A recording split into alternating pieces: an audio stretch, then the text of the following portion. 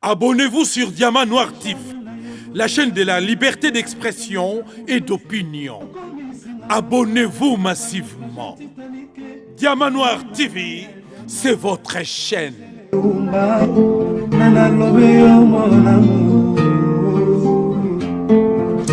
Téléfortifia de mon corps en cas de réussite. Alina Kanabundela Kailo, Kola bébé et moi. Et qu'il a monnaie d'un pesa qui n'a pas soyé. Parce que nous autres n'ayons pété le colana malemba. Kolina naya diama, Gisèle Oumba. Kolina la chaîne de la liberté d'expression et d'opinion. Abonnez-vous massivement. Diamant Noir TV, c'est votre chaîne. Bonjour. Beaucoup t'as déjà bonjour la bienvenue sur Diamant Noir TV. Tout compte à rato sur la maison. Nous connaissons à Paris à Wafou de Jésus à Nabi Soto Lia Bilei. Parce que ma maison est bien tellement la boca d'autres dans la besoin tout sur la toujours Nabi ne le voit surtout que tu y a mieux à Paris. Et c'est aux années à Paris. Donc photo sur la maison. Il y a une image pour tout sur la fou de Jésus les dos. Comme on est pas fou de Jésus, donc le maman Cambois. Bonjour maman Gisèle, que Dieu te bénisse.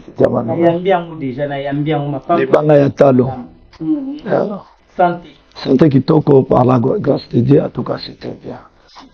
Santé qui toque, on est toujours sur la partie, vous savez, belé, n'a pas de makambo, côté nous sur la politique, ils ont tamboulaté, tout côté à l'église, ils ont tamboulaté, tout qui makambo. Zala, l'équipe, tu vas vivre ma vie communauté congolaise, tout le monde va pas se m'en belé. Ma bala, ils ont vendaté. Les autres gens qui ont mis côté surtout sur le mariage. Ce qu'on dit mariage des amis. Bon, la première chose, quand on va bien mariage, d'accord, changer aussi quoi, alliance. Mon mariage, tu vas bien en alliance. Mariage, tu vas bien en contrat. Mariage, tu vas bien en pacte. Batmi balé. Et puis, tu as un mariage, tu as une cérémonie à mariage. Mariage, la cérémonie à mariage, c'est un biloko mi balé que c'est. Mariage, il faut battre mi balé, va se mettre d'accord. Balbi to tout ça la vie na biso mi balé. Bango mi balé, ba zuma lo bana bango ba sangisa ngo na bomoko, ne ba ko kende pa ba parents, po ba parents ba pambola bango. C'est-à-dire ba parents ba ko ya comme ba témoin pour ba soutenir mariage wana. Ya on moni ba famille à mobali, ba famille à moi si baye. Alors, papa na maman bazaka na ba droit na bana na bango selon coutume mutu na mutu. Ce qu'on va exiger oui bolingani bobalani mais biso to ko exiger boy pour na coutume na biso afin que coutume na biso ezala respecter. C'est ça le mariage. Mais l'autre monde a mariage et comme le ko eloka osakara. Maman disait mariage ba sakara mutu tant ozo signer pacte na mutu faut yeba mutu ni ozo sa ne pacte. OK. Faut yeba mutu ni ozo signer un contrat. Parce que tu signes un contrat pas mutu pour monnaie na Liban mais na quand tu es bien te voilà. Si ko yo signer contrat na yo signer pacte na ye, o signer alliance na ye, après na lingi libala na te. Libala na yo lingi ngo to lingi ngo physiquement be pacte ya maloba o bino o lobimisaki na ba témoin ba yaki ko célébrer mariage na bino o loki ba ngote ya. Omoni siga ba botika na kama. Bo boya ni na tout mais mobile na so za mayele ko leka yo au détruire facilement. Parce que na buto abana ko pimana yo vouloir ou pas aux en habitation pimana yo yango boni lelo ba mari de nuit basi minga poto 600% 90% ya basi poto bana ba mari de nuit surtout bazala ba bâtiment vous avez commenté écoutez le plus bien qui n'a pas la moto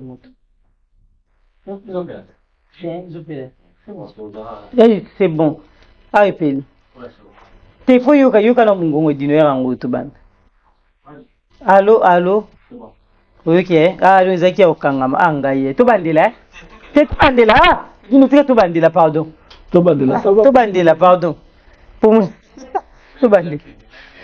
To bandela moto ke kana moto bon.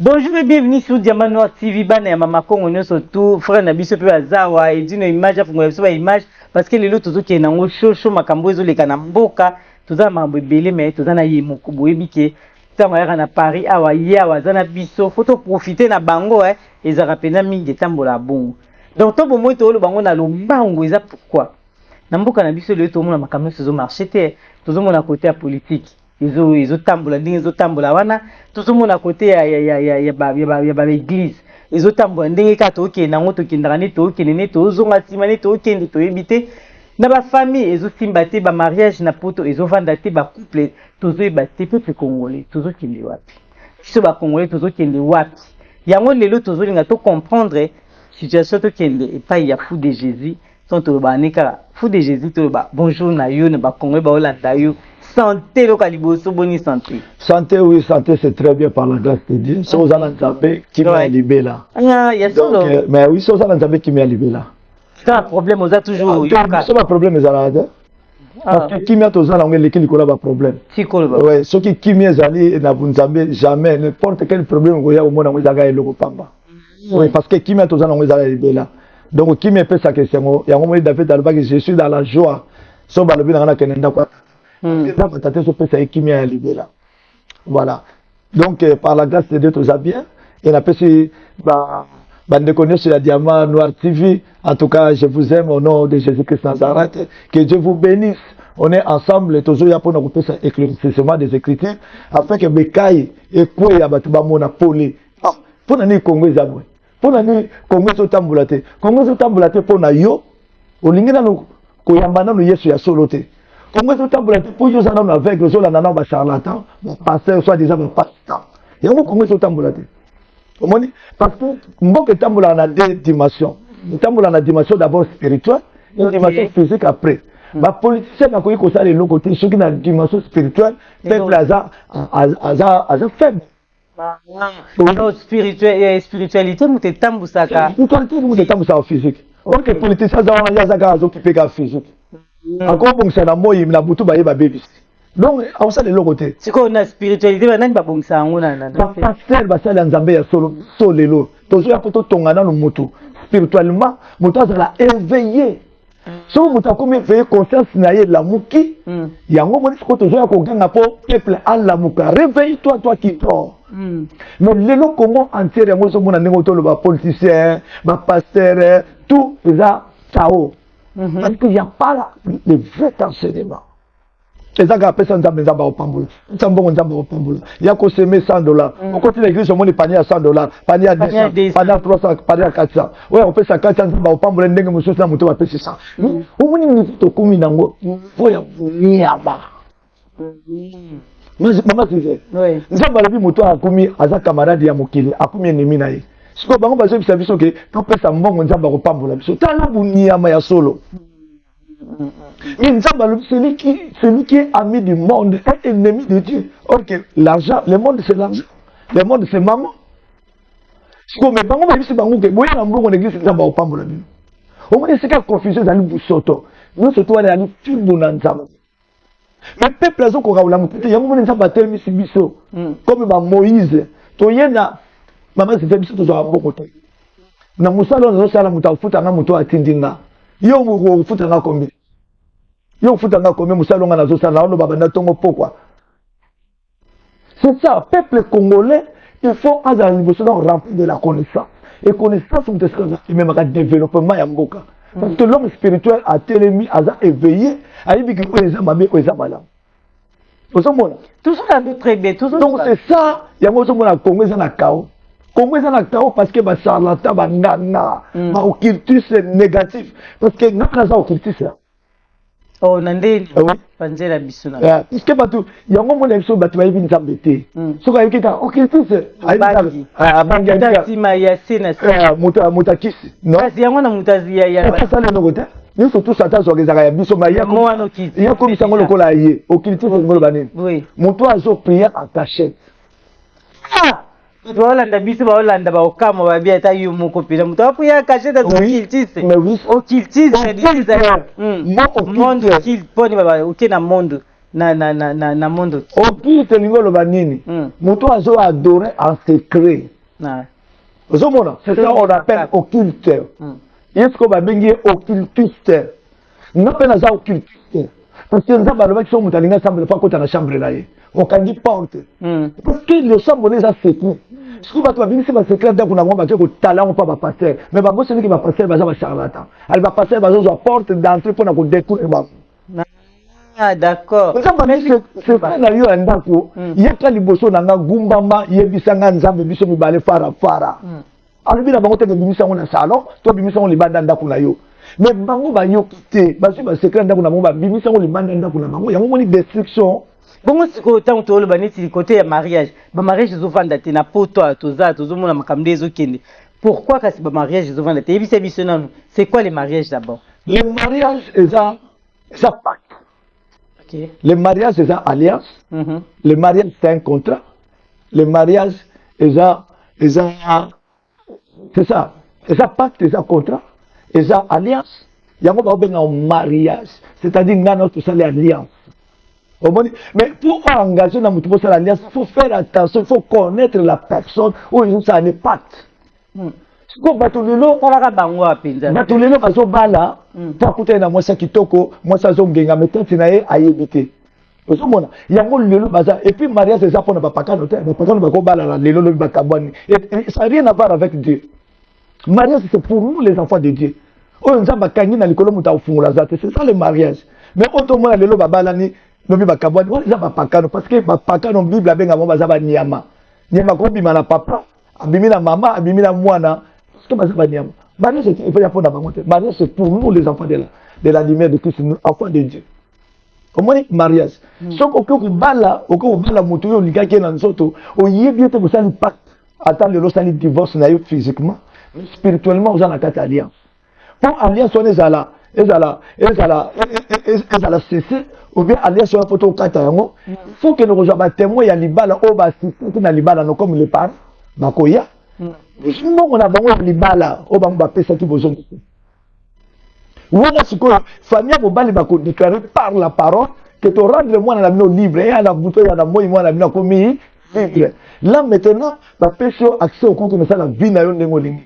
Famille mobali pe ya moi si pe ba pesa valeur pas mobali ba biyo pe que ça la vie no ndengo lingi à partir d'aujourd'hui moi na la biso na moi to na bouteille komi libre. C'est ça divorce. Mais le divorce c'est comme moi si on parle de l'amour qui peut voir là qui lui pendant d'accord ou accueilli quand des côtés dans divorce ça c'est pas le mariage. Et puis maman je disais le mariage dans la Bible le mariage est religieux dans la Bible. Bien aimé mariage est religieux dans la Bible. Ma parents non pas ça nous conseil tant que homme de Dieu si quand on nyoko la bana na biso to ko tia bango na ba libulu moko ezaki pour ba bima et comme difficile yango moni lelo bazo kabwana. Beaucoup de gens ont 20 000, 30 000. Moi, ça le papa n'a pas de que j'étais. Mon bal a zongi, mon maman a reçu ma milique dans vos oreilles. Il y a eu un nyongo toza langote. Si moi ça répond, mon bal a signé qu'il pas moto peni. Mon bal bal ça nini. Maman, man a pris 30 000, 40 000 bal liango 4 dans la journée. Il faut être malade. Mon mot tout ce que nous sommes accompagnés au sein du prévu au 30 000 sur la photo au gars 2000, 1800, 1500. Au fiti ndako futi koron tika na combien assurance à moto c'est ça so tika na combien ce que bino ba parents et tant que bino banzamba c'est on est bon encadrer bana na bino bana ba kino bana ba na 15 000 bo sele ba ko conciliation na compte parce que mariage est religieuse.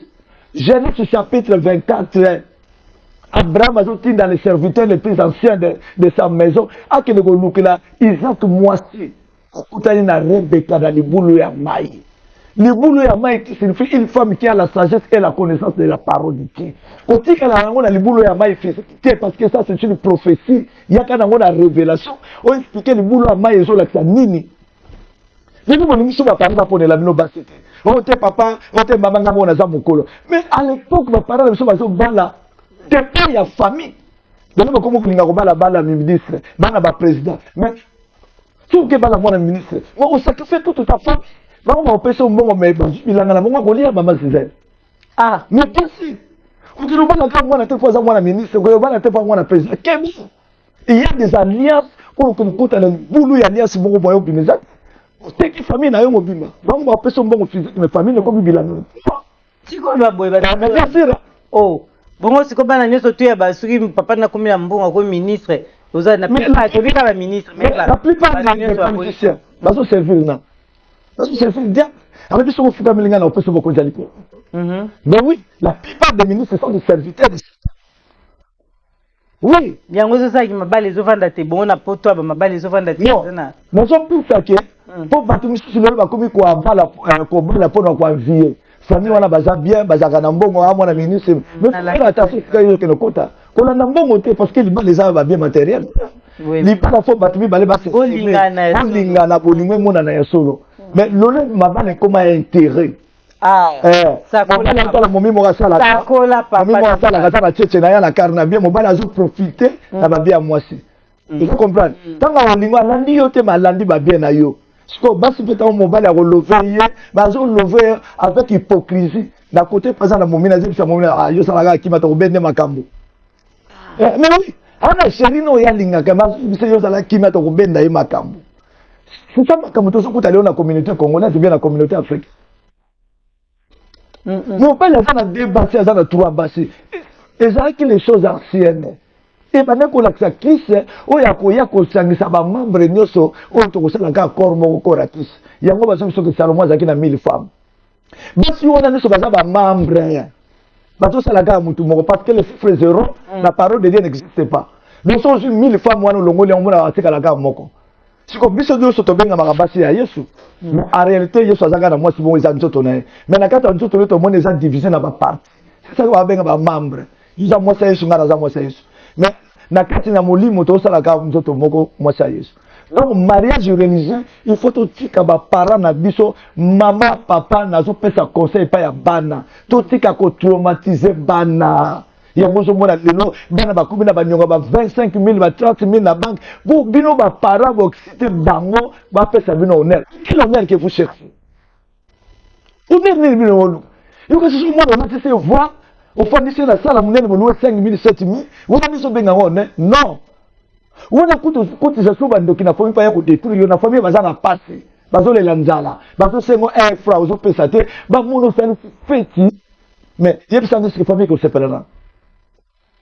Bah mon bazar à passer, mieux c'est petit. Tant que bazo tana, moi je me kumbisa. Na zata no pona zo yo ka, moi na kat. Moi c'est ça nous de tout so moi na keli bala o balate.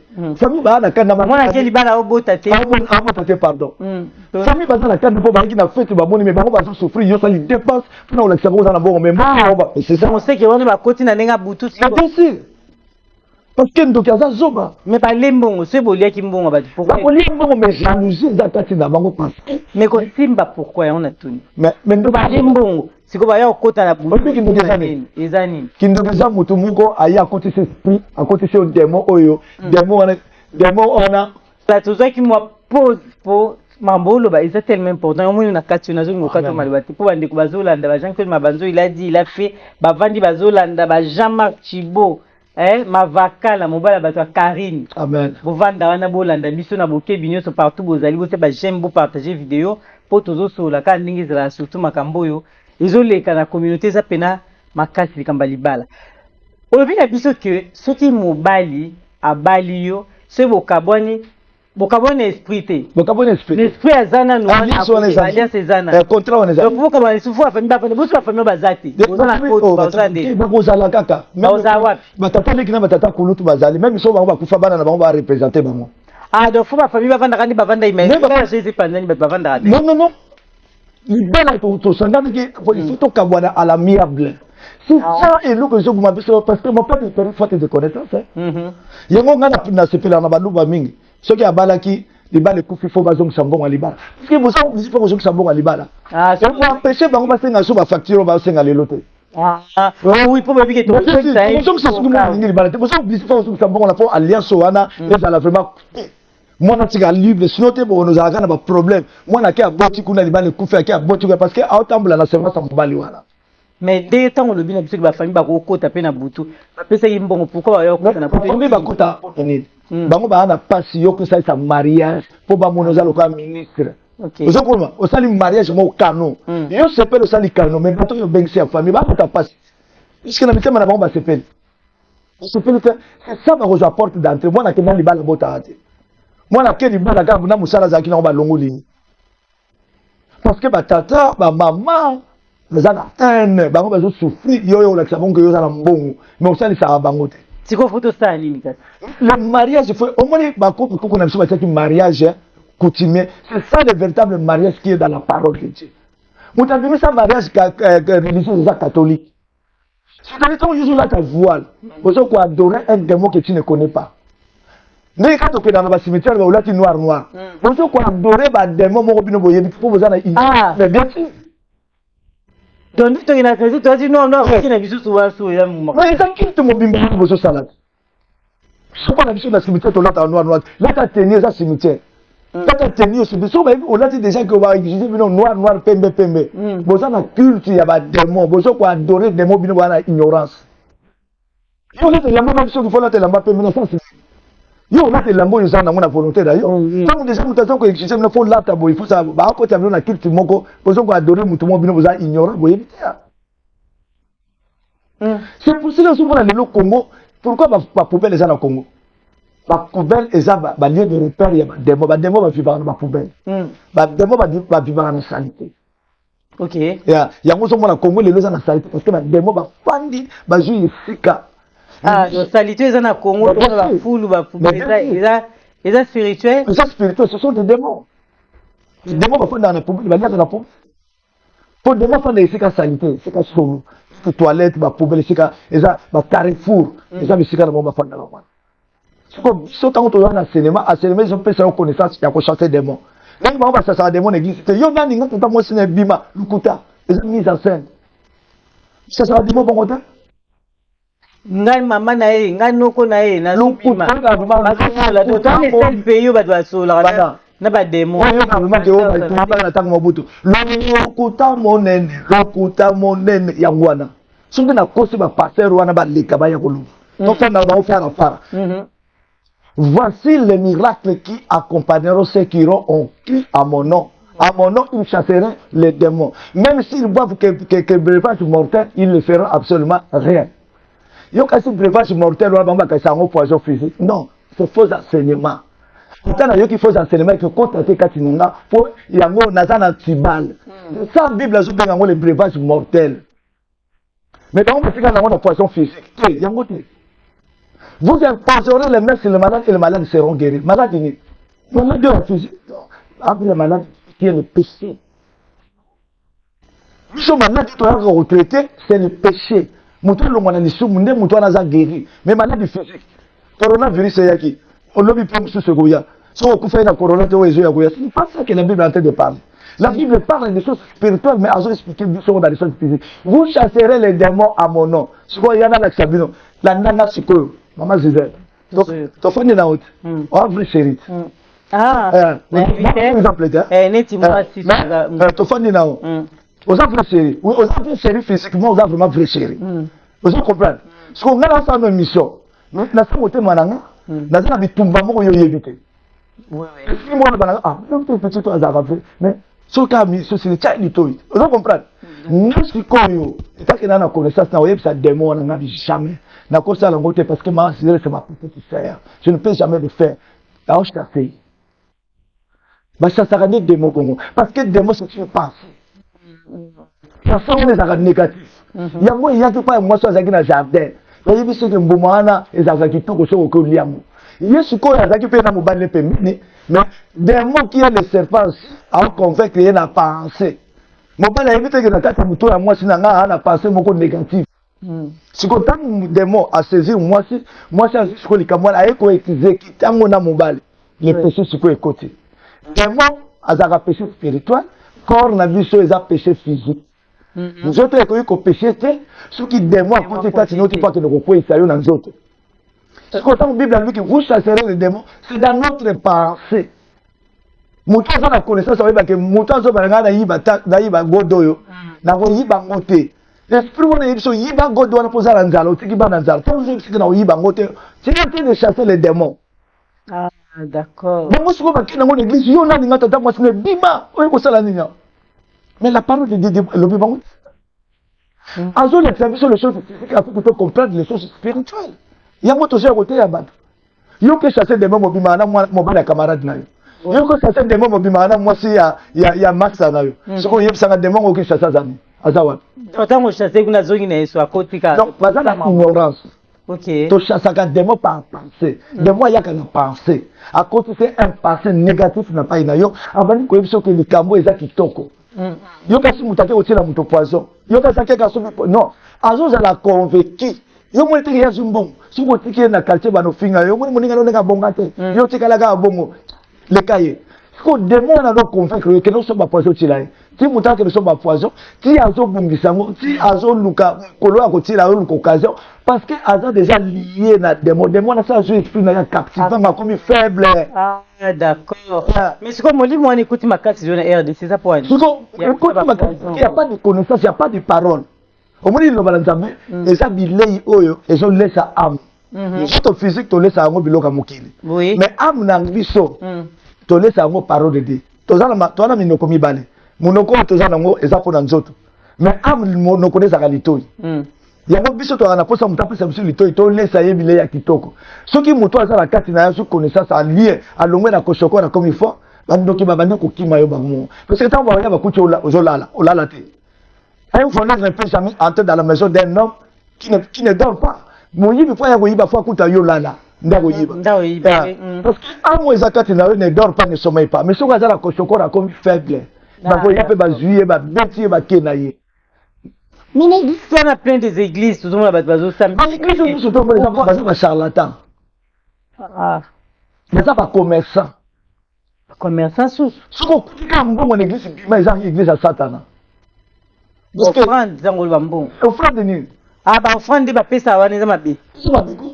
C'est là. Zera to tanga, so tanga. Ah makambo yo makambo fide. Même musala za pesa ngamba ko bana nzambe bazo connaissance. Tala Hébreu chapitre. On a un mariage hein. Oui. Mais le quoi to comme article to pesa écriture. Hébreu chapitre 10. Yo kana Bible à l'obi. Hébreu chapitre 10 à partir du verset 5. C'est pourquoi Christ entend dans le monde dit tu n'as voulu ni sacrifice ni offrande, mais tu m'as formé un corps. Tu n'as agréé ni holocauste, ni sacrifice pour les péchés.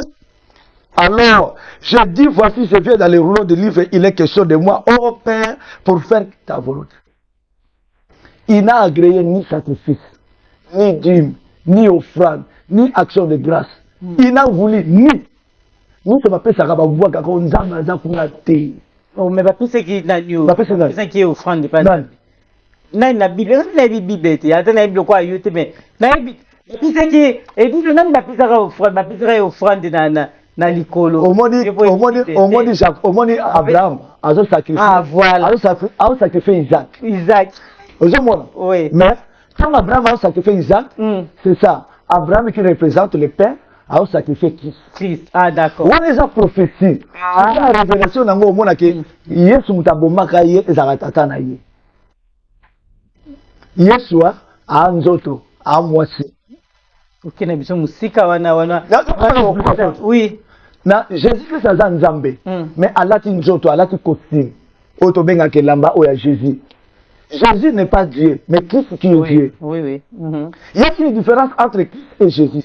Jésus c'est un manteau où Christ a vêtu. Et c'est lamba o nzamba alati.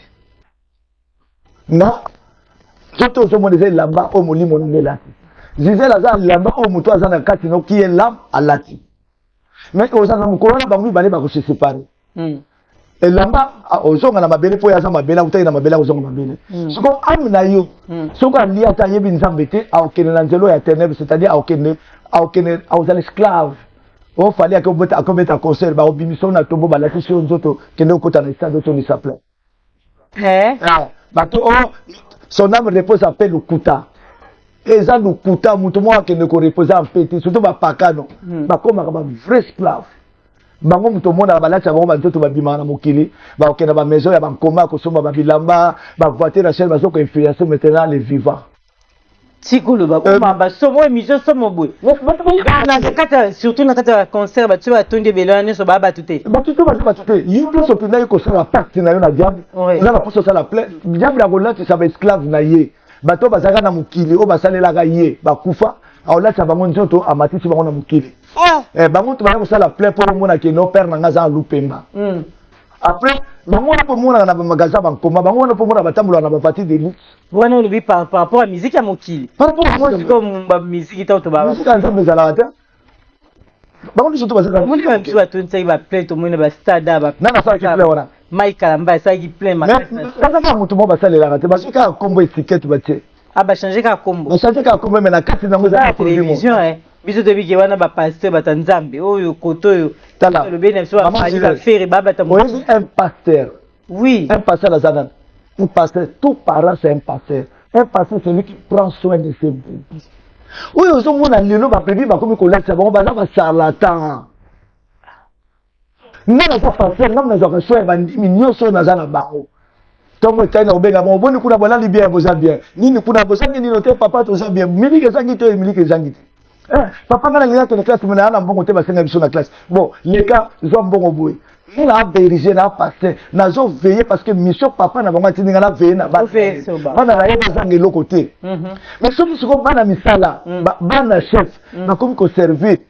Mona musala na bango, mona musala comme ko dominer bango, ba comme esclave. L'église on a n'a pas d'abord charlatan parce que ma pasteur on va passer c'est ma pasteur parce que l'excellent bango temps un pasteur qu'est-ce qu'il dit je suis le bon berger qui prend soin de ses brebis au laisse bango au laisse bango au tout oui que tomba ota biso na télé bandi vous savez j'aime ko mission ba senga ba j'aime tomba ota lo ba pasteur wana ba bi o penza photo délivrer wana tomba ota bango faut pas y aller délivrer bango. Oh, oui, ni na délivrer bango neti passer ni yoko délivrer na Congo na bango na Congo baza ba soro bango nyonso exception zate mama na Congo on ni so baza ba télévision baza ba fouter siko so na botenga ngata 3 pasteurs ka ya makasi na to luka bango na ba zamba na cité to mona bango na o minene nyonso to lo balo charlatan je le dis vraiment na ba nani nyonso to baza ba pasteur te banobi un bon berger qui prend soin de ses brebis si comme muto ba brebis ba le sazana asa criminalité nete mon ami en Matthieu chapitre 10 Matthieu chapitre avec ba voleur totanga mais voilà ndo parce que ton na télévision makambozulo ba bato ba hotel ba ah zela mais muto ba tema comment faut tout sunga Congo parce que nous avons fait biso pouvoir wana. J'ai l'autorité, j'ai le pouvoir, il y a qu'orienter mon peuple vers une destination meilleure spirituelle. Connaître Dieu dans la profondeur. Ça peut nous calculer bandet. Alors biso nous on quand côté na chambre. Mais oui, on a soutenu mutamba yango na benga na qui vérité comme na ngo mutamba. Tout biso te témoigner vérité. C'est là. Jean chapitre 10. Papa, tu peux ça écriture. Maman, je disais, bateau, nous sommes dans l'église, bâtiment, vas-y, tu le fais, ça va bon pour ma pasteur. Bazar na batombo. Ce qu'on a ouvert qui n'a pas au Singapour, na ben, ba bima libana. Jésus qui se dit, personne ne peut venir à moi si moi je ne l'attire pas. C'est-à-dire que Jésus est en train d'attirer ce peuple à travers cette corps. Ma cambo, ce n'est pas moi qui parle, mais c'est Christ qui parle à moi. Parce que la Bible dit, il n'y a rien de bon dans l'homme. Regardez Jean chapitre 10, d'abord le verset 11. Oui. Je suis le bon berger, donne sa vie pour ses brebis. Il y a un pasteur, il faut sa vie pour la brebis. Oh, il y a un temps plein. Il y a une bonne santé. Papa ne connaît pas ça, moi si nayo, n'a pas nayo, ba foutre la voyante. Tu n'as pas honte. Vous savez bien, n'a pas ça pasteur. Quelle sorte de pasteur? Un bon berger donne sa vie pour ses brebis. Je sais que le bon berger qui a le bisoto zalaba imitateur naïe a pesi mbeka bon moinaï pour la bisoto bikisama. Pesa biso chapitre na Bible on zamba lobina bino ko sala na temps plein l'église naïe bandi me bino ko pesa rabino mbongo. L'argent c'est maman, on ne peut jamais servir 2 mètres à la fois. Bino besoin servir 2 mètres à la fois dans quatre églises d'abino. Jésus Christ a donné sa vie pour nous. Il a payé un grand prix, ma soeur, mon frère. C'est comme la charlatan, on a. Afin de te comme battre, c'est quand il dit, non, moi, c'est naïe. À ce moment-là, on dirait que vous avez est-ce que vous avez sonité, Bino? Ouais. Ça, vous avez sonité. Vous n'avez pas ça dans le temple. Est-ce que Dieu, l'éternel Dieu n'habite pas dans des maisons construites par les mains d'hommes? Non, vous n'avez pas de temple. Vous n'avez pas de temple. Parce que l'heure est déjà là. Où Dieu a besoin de vrais adorateurs, mais vous êtes des faux adorateurs. L'église est en mouvement. L'église a quitté le Jésus pour aller voir Cana. L'église est en mouvement. Vous serez sanctionnés sévèrement. Maman, c'est ça, maman. bano baya pa nanga lelo connaissance mais ka ekoi tant bazo tala mais papa mutu wana mona za grande mais lelo na mona za fourmi misiko yango tutu na ba mariage ba tutu ozo kele na bakata ya église ozo mona mariage bazaki bien baki na église mariage tanga tibino loboko a modiri bino bien aimé nazo bisa la bango nyonso tutu ba pasteur ba mo nazo bisa un pasteur ne peut jamais bénir le mariage. D'accord. Le mariage est béni par les parents. Parce que les parents ne peuvent pas s'embrasser. C'est comme un pasteur. Pasteur, c'est alors, on est au bas dans la résistance. Il y a combien? Pasteur, on a pas suivi combien? Vous savez, il dépasse à 20 000, la personne vient combien? 10 000? Non, maman, c'est ça, le peuple congolais, il faut tout piment. Tout le monde, la mariage religieux. Catholique, nous avons mis mango. Vous l'avez dit, moi, dans la vie, voile. Vous l'avez dit, moi, dans la vie, costume. Mon côté, c'est un culte de personnalité. Mon côté, c'est un culte démoniaque. Bino boye bo meli bo bini bo sali me kombo ani wona bo benga mariage religieux bo meli masanga bo langwe o mona maman mususa ya tiki tolo libanda pende libanda vous n'avez même pas honte. Ça c'est quelle sorte de peuple parce que vous êtes mal enseigné. Peuple dingue. Non, c'est maman c'est révoltant. C'est tellement je mets hors de toi. Mais oui, quand je fais des choses, regarde que dans le mariage, je suis un peu sûr que peut-être on a un cadeau, je rentre dans la maison. Parce que maman, si tu respectes tes hauts, moi, vous écoutez la scène, là, tu robes moko, mais tu te dis que ça, c'est tout ça. De on est à esprit mobile, mais tu es dans mon tu n'as yé. Ouais. Bon, là, tu sais, moi, tu vois, moi, c'est en la ta voix, là, comme une maman sirène. Ah, moi, c'est ça, tu vois, à côté. Mais pourquoi tu vois comme sirène? Parce que quand on parle de sirène, c'est ba sirène ba koya ba ko fêter ba langue si le sali me kobo ba maman ba humilier ba lati ba jipa me pousser ba tolo libanda tout Satan mange le péché, les démons mangent le péché. Là où il y a le péché muta osala ni soma on ça ba démon. Merci vraiment. Toke obi ke makambo toke na umulaya ta na musika osala ngo problème ezate po to zaka na likamangonga to tuna pona ni lelo bat pakindaka église pour y rendre tout le temps. Normalement, Baba Gisèle, Moutazo qui est l'église a la parole de Dieu pour que c'est bon moyen âme. Parce que la parole est habillée pour l'âme. Mais le lorsque tu vas à l'église, il faut relaxer l'âme, il faut relaxer la voiture, il faut relaxer bon mengo dans le bazar. Ce moment-là, au cours de l'église, tu as la femme samaritaine qui est d'ailleurs quoi adorer. Mais tu as 10 minutes. Voilà. Mais la femme samaritaine a quelqu'un qui adorer. Mais azalaki prostituée on azalaki physique ezalaki pour relaxer biso quoi azalaki na révélation alors quand le Messie viendra il nous enseignera tout mais tant écouter na Messie il faut avoir ta Christian nzamba bakoko na biso avoir qui est il faut que passe le coup pas nzamba te avoir qui yango c'est la même chose avec Bartimée tant écouter na Jésus-Christ il faut avoir ta manteau avoir qui masumu avoir qui nzamba ya bakoko avoir qui singa na loketo avoir qui biloko ni sote pesa lokumu epai na yete avoir qui aye ko jalo biko mais ma sœur okuwa ya ko jalo délivrance c'était na nzamba bakoko na bino okuwa ya ko jalo délivrance c'était na singa na voilà église ezo pesa biso bomoi ezo longola biso mutu akala na bizale nyoso akala ezo koma mutu asika na bizale nyoso asika yundo zali église ngande na zali église. Parce que la parole de Dieu habite en toi comme à moi, abondamment. Nous sommes tous tout peut savoir nos connaissances. Parce que bon longwa, na kati ya buzobo bokote na l'église bâti. Nous avons charlatan. Beaucoup moins na kembo na yawete. Nous avons tellement de à l'effet de toutes les nations mes disciples. Il y a beaucoup de gens ganga pour nous bimisa bino na kunda. Et nous que ça nga ba fini kabino mapele parce que ba si ba tia bino de na cercle. Il y a un moment de Bible à benga bino ba tombeau blasphème. Vous avez servi 2 mètres à la fois. Mais vous avez vu Matthieu chapitre 6, verset 24. On ne peut jamais servir 2 mètres à la fois. Vous voyez l'église, vous voyez mon sang au kita. Vous voyez les démons, vous liez Satan. Vous voyez comment on laisse à passer, on est passé à Zoassoua la vie. Parce que passer à Zoassoua, j'étais un bon papa, pasteur. En ça, la gagné, il faut la vie. Un bon berger qui prend soin de l'église. Mais nous avons berger à dire papa pasteur.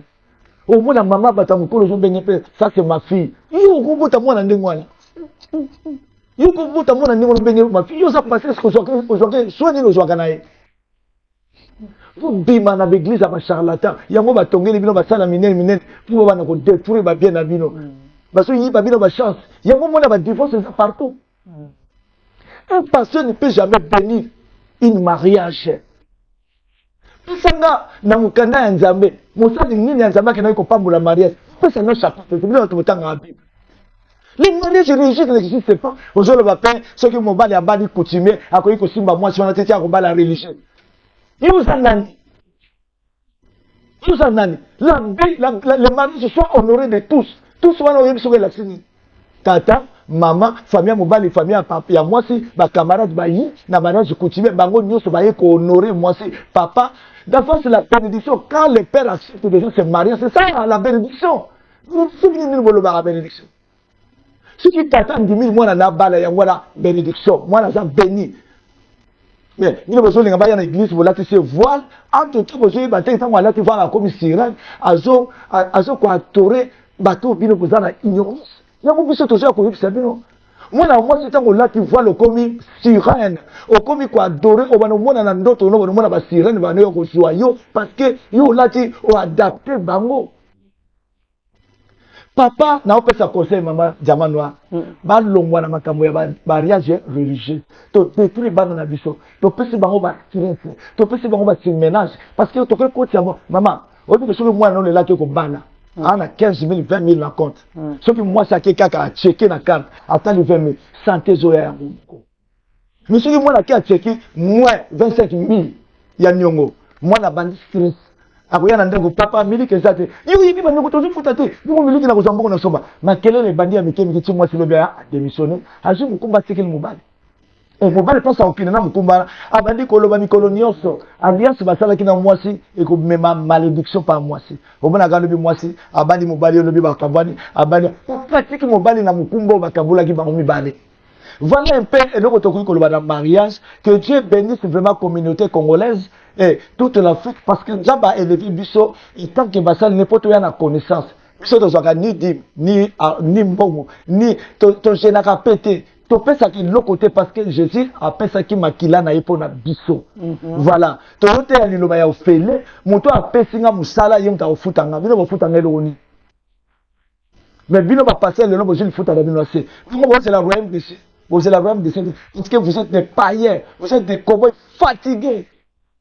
Si tu as 4 h 3h30, dans 40 km parce que je suis un berger. Mais si vous savez, il y a des sabana dans la mouli, il y a des sabana dans la nzoto. Mais vous, moi je travaille temps plein. Dans quelle église? Actes des Apôtres, chapitre 17, verset 24 25. C'est pas ça, besoin de nous qu'on a besoin. Si on a besoin de nous, kabila mutu. Vous voyez qu'il y a mato dans bino, vous voyez qu'il y a Christ dans bino, sortez au milieu d'eux. Benga les fous des gens, qui mérosent à wana, benga, topé sa bino enseignement, afin que le bétail est quoi. Et ça bango karat. Alléluia. Que Dieu bénisse toute la communauté congolaise. Ça m'a pas bon la biso. Bon bima, il faut changer mboka. C'est la même chose que Jésus ayaka. Vous comprenez qu'il y a été. Donc vous savez que captif ya ba romain. Baninga kasi Jésus a somba bango na nzoto. Jésus a vu na bango, soki molimo ekangola mite, nzoto ko kangola mate. Yango moni ba mite biso tona bo umbu yoro kangola biso solinga o kam Jésus a vu fona kangola no na molimo. Bango baninga ko kangola mo na nzoto. Yango kana on senga imate no boma Jésus. OK. Que Dieu nous bénisse bien-aimés. Bon bima na l'église voilà. Depuis banda ko pesa mbongo, nzaba pambolo nani. Depuis banda ko sala ba jeune, nzaba pambolo nani. Ba ignorant. Ouais, ça va toi ya ko yoka. Continuez quand on a charlatan à nous. Oh, ben, appelle papa pasteur. Numéro dans les années 0049 152 15 18 43 11. Na tene makapo na makambo à Christ. Parce que je tournais ma vie à Jésus-Christ. Pour na souga du bota nanga. Na bimi sabino na ba tombeau na ba cimetière. Voilà. Parole de Dieu autour. La vérité rien que la vérité. La vérité vous affranchira. Connaissez la vérité vous affranchira. Que Dieu vous bénisse. Ah, ça na mato ya ko yoka yoka. Penga toko pesa yo enseignement yo moko lobake ah nzamba zwa loku numéro kutu ya mwana déjà ça c'est wana 00149 152 15 17 43 11 eza numéro ya Allemagne benga biso ta na WhatsApp okozwa biso que Dieu vous bénisse botika ba mariage religieux ba papa tika bana biso bakino bana bazana ba 20 000 na ba 15 000 na compte okomona mariage ko za ne sengo bana ta liete même mbongo tanga keka a checker na carte ana 20 000 maman disait on continue sur mariage. Donc, continuer sur mariage. Les lots, tous obligés, tout, voilà. Vraiment, les lots, qu'on peut se à moutuya et qui surtout comme un mariage, pour continuer en gros, à la musique, na yo toujours elongo na Diamant Noir TV bandeko balandi mot de la fin on ngoyi c'est bango ezani faut na lelo mot de la fin faut qu'on ait bon réseau c'est la délivrance spirituelle. OK Pour délivrance spirituelle il y a faut battre ba bimana kati avec les bâtiments pas batanga mais ba nous avons cette force, ce pouvoir. La parole qui parole de la puissance. Moutapé sangaka litoi. Pourquoi tu sais qu'il a fait que l'homme spirituel a se réveillé, a l'amkana pongi, non au gomona. Pour minde batongi bamboka na bana na maluba wana te ki ba ki na l'église ba vanda na bana tongo ti butu. Mon modèle pour l'église, c'est maman c'est ça mais modèle sambela tout n'a pas d'année. Il prend soin de la nature. La nature c'est Dieu. Surtout que l'église c'est mettre aux soins de la nature pour. Au moins confusion. Vraiment. Tu prends soin de la nature, tu es en train d'adorer. La qualité dans les bouchons, là aussi que le bien qui peut adorer nous avons l'église. Vous dites comment vous? Ma bombe. Merci Nayo, merci na batu balandi biso à suivre. Pause. Merci beaucoup. Continuer nambala isima parce que pour na lelo en tout cas to liana o pesi biso za motu ya mingi. Bande ko Diamant Noir TV. So continue émission to ba kozanga te so s'abonner. Pose ba makambo boye maloba ya boye batu so vérité. Et singa j'aime Nayo, et singa partage, et singa zala abonner na Diamant Noir pour la bandiko botu na mama Diamant Noir na oyi te yango banda émission. Faut à l'abonner, pour la notification toujours. On a fait ça bandiko na mbote. Pesa ba mbote, pe to système ba mo d'une image à. Na pesa bana la lumière de Christ ne sont mbote parce que biso to zara ba aigle. Tozo la chose à la lumière au tambola na pole pour que nous redina na libuluté. Na pesa mbote pas Jean-Marc Chibo. Hein? Na pesa mbote mingi mavakala. Na pesi mbote ya mama aigle mama aigle no sabana la lumière de Christ na pesi mbote na afro house na mushinglaba mama Karine papa Olivier papa Ousmane papa Junior et pesi ya solo libota bana la lumière de Christ nyonso mbote nzambe apambola moko na moko to kangama na liloba parce que Christ n'est pas divisé tikate la gloire de l'Éternel mama aigle pesi était la pesi pe mama aigle mbote mama aigle Nzamba pesa mbote mama aigle nyoso ya bana la lumière de Christ nzamba pesa bino mbote Maria Véro ya ba mama Manda bazebele mama Evelyne ils sont vraiment tellement nombreuses moi na cité vraiment Brenda que Dieu nous bénisse nous tous Julie Laure ils sont tellement nombreuses nzamba pambola biso nyoso tokuta na bino prochainement que Dieu nous bénisse abondamment à très bientôt bye bye. Abonnez-vous sur Diamant Noir TV, la chaîne de la liberté d'expression et d'opinion. Abonnez-vous massivement. Diamant Noir TV, c'est votre chaîne.